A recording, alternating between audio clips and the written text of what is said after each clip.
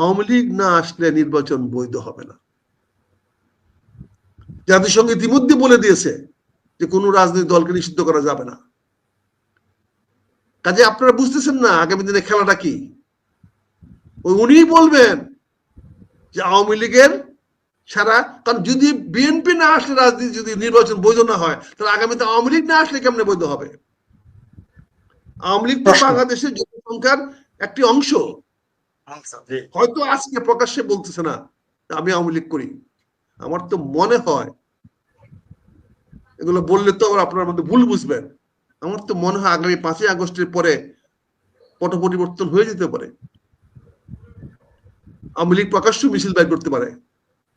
আপনি বলে আপনি জানলেন কেমনে? জানার বিষয় না, এটা অ্যাজাম্পশনের বিষয়। কাজে আজকে ডক্টর ইউনূস একবারও স্পষ্ট করে বলেন নাই যে আমি আওয়ামী লীগকে নির্বাচন করতে দিব না। একবারও স্পষ্ট করে বলেন নাই যে আওয়ামী লীগকে আমি নিষিদ্ধ করলাম। উনি ধানাই পানাই করে বলছেন। তার মানে কি, যখন ওনার প্রয়োজন পড়বে তিনি আওয়ামী লীগকে ব্যবহার করবেন, তিনি আওয়ামী লীগকে ডেকে নিয়ে আনবেন। তিনি তখন ভারতকে বলবেন যে একটু প্রেশার দেন, একটু চাপ দেন, প্রেশার গ্রুপ। এই যে এখন মব গ্রুপ না, শফিকুল ইসলাম কি বলছে, এটা নাকি প্রেশার গ্রুপ। নাম দিয়েছেন প্রেশার গ্রুপ। তো কালকে ভারত প্রেশার গ্রুপ করবে, প্রেশার দিচ্ছে, এই যে আমদানি বন্ধ করে দিচ্ছে। বাংলাদেশে এখন এই মুহূর্তে পাটের বাজার, পাট আমদানি বন্ধ করে দিচ্ছে। তাতে কি হয়েছে, এখন তো পাট নিয়ন্ত্রণ করে আমাদের এই বস্ত্রমন্ত্রী, কি বলে, বাণিজ্য মন্ত্রীর পরিবার। সকল পাট কলগুলোর মালিক তারা এখন। তার মানে কৃষকের মাথায় বাড়ি। ইন্ডিয়া পাট নাকি তোর কি অবস্থা হয়, তখন পাটের দাম হু হু করে ফল করবে, মারা যাবে কৃষক। সস্তায় পাট কিনবে, সস্তায় কান পিনবে এই আমাদের বাণিজ্য মন্ত্রীর কোম্পানিগুলো। সেই সস্তা পাট আফ্রিকাতে বিক্রি করবে, সেই সস্তা পাট কিনে বেশি দামে আফ্রিকাতে বিক্রি করবে, ইউরোপে বিক্রি করবে। তারা ওই এনভায়রনমেন্টের কথা বলে, প্রকৃতির কথা বলে, বলেন তারা পরিবেশের কথা বলে, তখন পাট জাত বিক্রি করবেন। কে বিক্রি করে? আমার সরকারি পাট কল না এখন। এইগুলো তো বিশাল সার্কেল। এগুলো তো নতুন পুঁজিবাদ, নতুন আধিপত্যবাদ, এগুলো তৈরি হচ্ছে।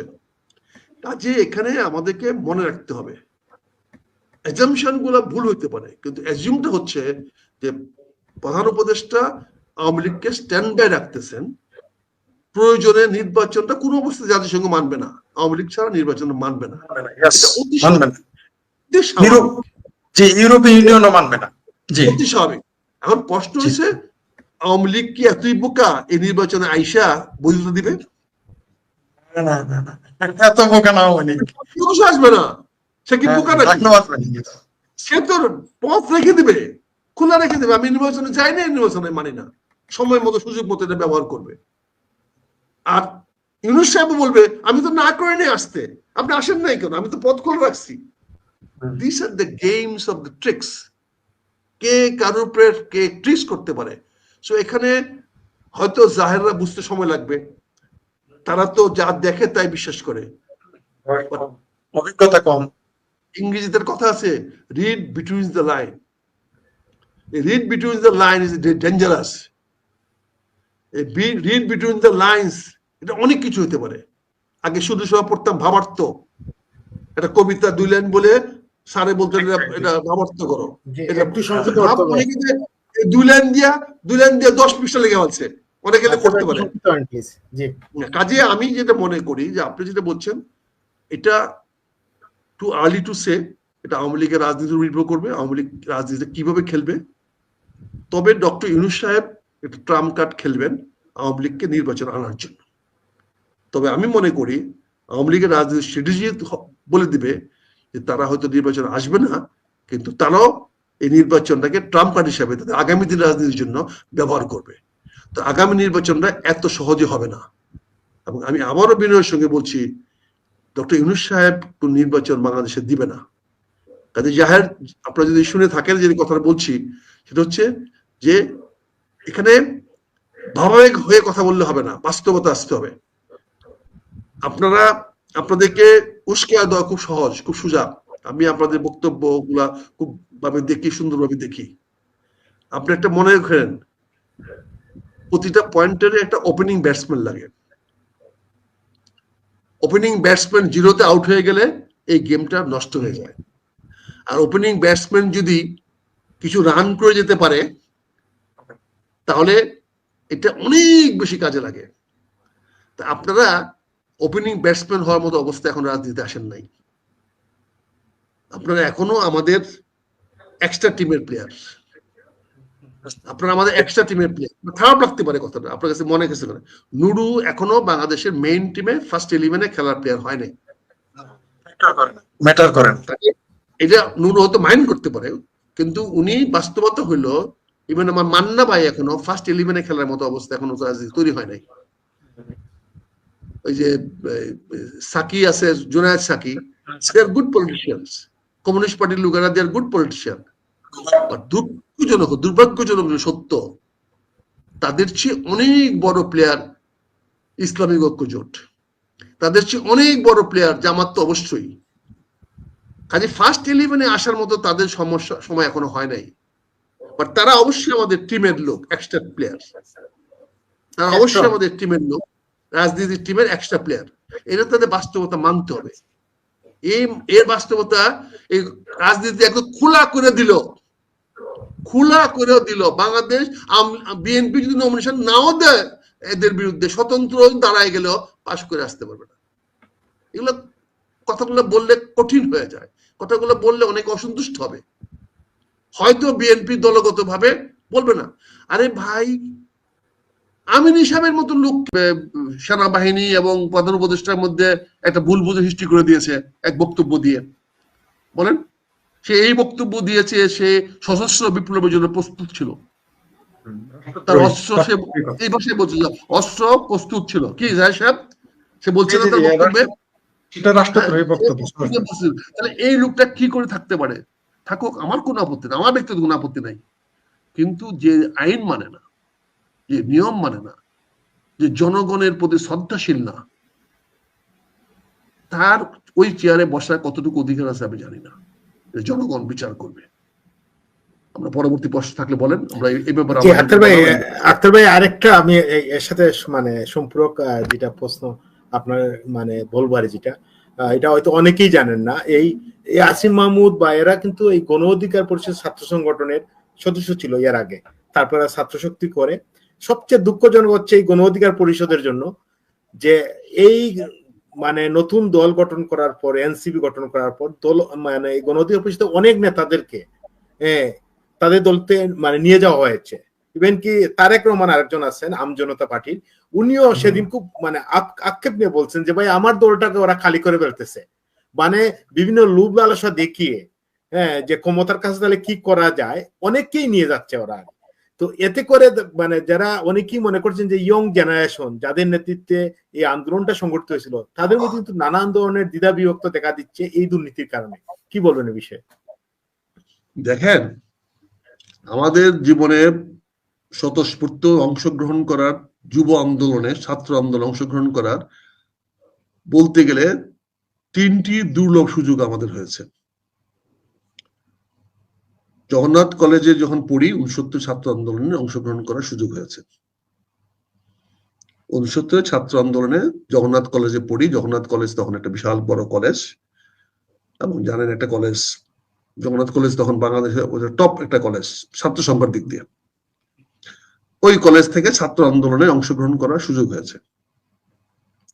তারপরে 71-এ দুর্ভাগ্যক্রমে হোক, মুসলমান যখন মুসলমানকে মারছে তখন কোনো মুসলমান বলে নাই।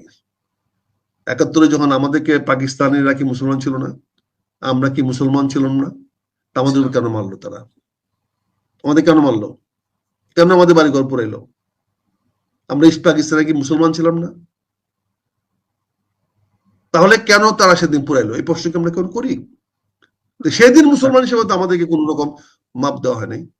তো সেই যুদ্ধ করার সৌভাগ্য হয়েছে। বয়স কিন্তু তখন সেই 22 বছর। তারপরে সেনাবাহিনীতে গিয়েছি, চাকরি করেছি।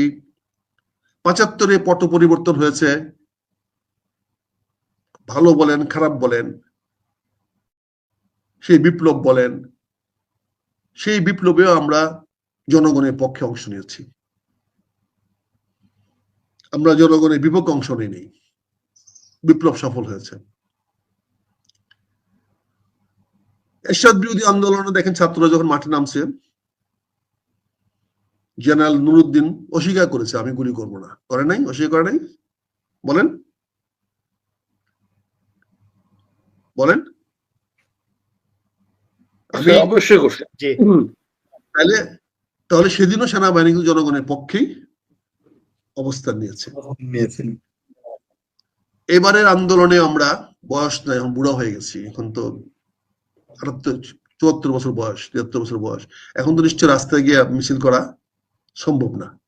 আমাদের যেটুকু দরকার সেটা ছিল আপনাদেরকে মানসিকভাবে সহযোগিতা করা, সাহায্য করা। কেউ কি বলতে পারবে করি নাই? একটা লোক কি বলতে পারবে যে আন্দোলনের সময় আমরা আপনাকে সাহায্য চেয়েছিলাম, আপনি করেন নাই? একজন কি বলতে পারবে আমার জেলার থেকে বলেন, থানাতে বলেন, উপজেলার থেকে বলেন যে আপনার কাছে আমরা এটা চেয়েছিলাম, আপনি এটা করতে দেন নাই, বা আমাদের আন্দোলন ঠেকায় দিচ্ছেন? বলতে পারবেন? হ্যাঁ বলতে পারবেন যে আপনি তো রাস্তায় আসেন নাই। আমি রাস্তায় হাঁটে তো ভাই হাঁটাটা মারা যাবো। এখন এখন তো 1 কিলোমিটার এই জনগণের ভিতর দিয়ে হাঁটতে পারবো না, আমার শ্বাসকষ্টে আমি মারা যাব। কাজেই এই অভিজ্ঞতা নিয়ে আজকে আমরা বলছি, আমরা জাসদের দাপট দেখছি, তারুণ্যের কি দাপট জাসদের দেখছি, পরিণতি কি হয়েছে? আজকে যে দাপটটা দেখছি, সেই দাপটটা যদি ছেলেগুলা যদি গত 10 মাসে নিজেদেরকে পড়াশোনা নিয়োজিত করত, আজকে হাজার হাজার ছেলে জাপানে যেতে পারত। যদি 10 মাসে তারা শুধু জাপানি ভাষা, কোরিয়ান ভাষাটা শিখতো, আমি বলতে পারি আজকে প্রতি মাসে 1000, 2000, 3000 করে ছেলে যেতে পারত জাপানে। বিকজ জাপান দাঁড়ায় আছে, বসে আছে, খালি জাপানি কথা বলতে পারলে নিয়ে যাচ্ছে। কারণ তারা একটা মহিলাকে ধৈর্য রাস্তা পার করাবে, তার জন্য লোক দরকার। একজন বুড়া মানুষের বাড়িতে বাজার সদাই পৌঁছে দিয়ে আসবে, লোক দরকার। তা ওষুধ দিয়ে লোক দরকার, সেটার জন্য জাপানি ভাষা শেখা দরকার, আর কিছু না। খালি জাপানি বলতে পারলে হলো যে মা তোমার কি লাগবে, বাবা তোমার কি লাগবে, ভাই তোমার কি লাগবে, এটা দোকান থেকে কিনে নিয়ে আসা ওকে দেওয়া। এরকমের চাকরি কয়েক লক্ষ আছে। কারণ জাপানে সবচেয়ে, পৃথিবীতে এখন সবচেয়ে বৃদ্ধের সংখ্যা বেশি জাপানে। কারণ তারা জিরো গ্রোথে চলে গেছে আজ থেকে আরো 20-30 বছর আগে। তার মানে তাদের 5% জেনারেশনও ইয়াং নাই, whereas প্রায় 60% জেনারেশন অ্যাবভ 50-60, প্রায় 10 to 15% জেনারেশন আছে যারা অ্যাবভ 80। এখন এরা কি মানে ফেলাবেন? জাপানে এখন আত্মহত্যা করার অনুমতি দেওয়া হয়েছে, ইজ নো মোর ইলিগাল। যে তুমি ইচ্ছা করলে এখন আত্মহত্যা করতে পারো। কারণ 102 বছর বয়স, 99 বছর বয়স, 98 বছর বয়স, তারা খাওয়াবে কে, পড়াবে কে, ঘুরাবে কে, ধরবে কে, বাথরুমে নিবে কে, বিছনায় শোয়াবে কে, তার বিছনাটা পরিষ্কার করে দিবে কে? তার তো ছেলে নাই, নাতি নাই, পুতি নাই, কাজের লোক নাই, ইয়াং লোক নাই। এই জন্য আউটসোর্সিং প্রচুর ফিলিপিনোরা যাচ্ছে, প্রচুর লোক যাচ্ছে। আর আমরা শুধু ভাষা শিখতে পারতেছি না বলে আমরা যাচ্ছি, যেতে পারছি না। কারণ ওরা অন্য কিছু চায় না, ভাষা শিখতে চায়। কারণ বুড়ার লোকে তোমার আইটা ইন্টারপ্রেটার দেওয়া যাবে না। ওই জাপানের ভাষা শিখতে 3 মাস সময় লাগে। তো আমরা পারলাম না কেন 10 মাসে 3 মাস করতে? What a bad leadership. অথচ গ্রামীণ ম্যান পাওয়ার লাইসেন্স দিয়েছেন। What a shame, what a shame. জাহাজ সাহেব, কি লজ্জার বিষয় যে গ্রামীণ ম্যান পাওয়ার লাইসেন্স দিয়েছেন আমাদের চিফ অ্যাডভাইজার সাহেব। লজ্জা করলো না? ম্যান ব্যবসা ভালো বলে না। আপনারা তো বলতেন ম্যান পাওয়ার না বলে বলছেন হিউম্যান রিসোর্স, বলতেন human resource development company, human resource development করে লাইসেন্স করতেন। ম্যান পাওয়ার লাইসেন্স মানে কি? ম্যান পাওয়ার বিক্রি করা, শ্রম বিক্রি করার লাইসেন্স। এটা কি শ্রম বিক্রি করার লাইসেন্স কি ভালো জিনিস? জাহিদ সাহেব বলেন, ইয়াং ম্যান বলেন।